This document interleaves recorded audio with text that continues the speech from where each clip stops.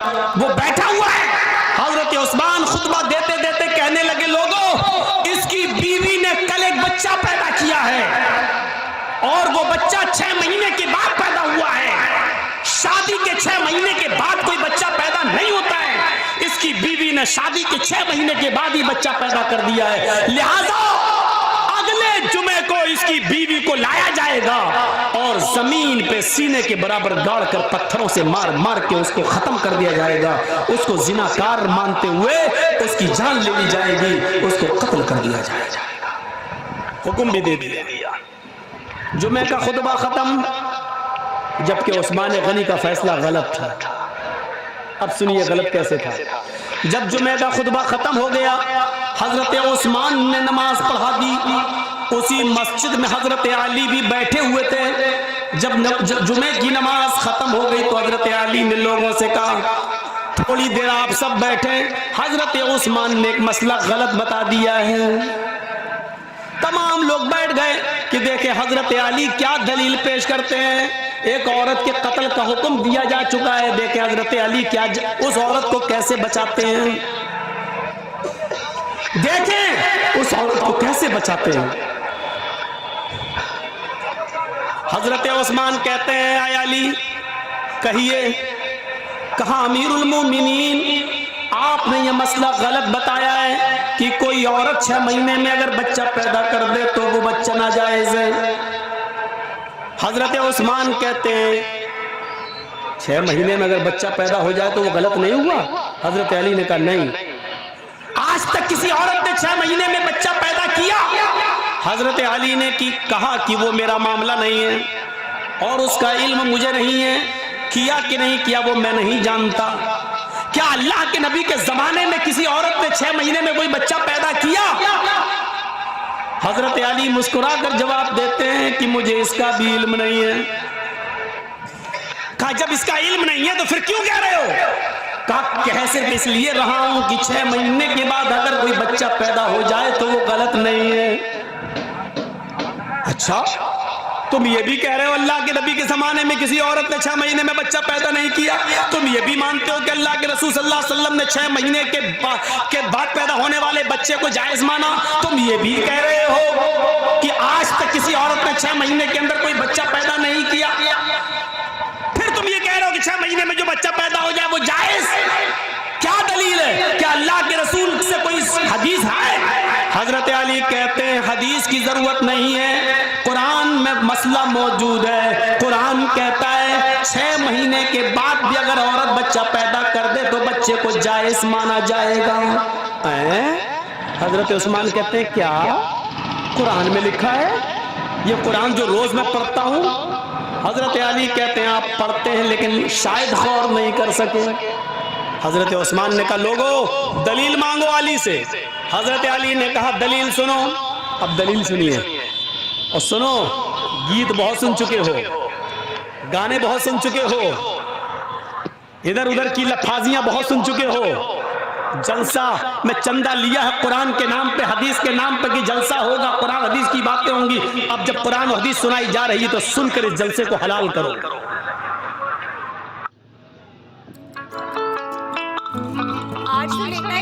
ورنہ یہاں بیٹھنا بھی آپ کا حلال نہیں ہوگا.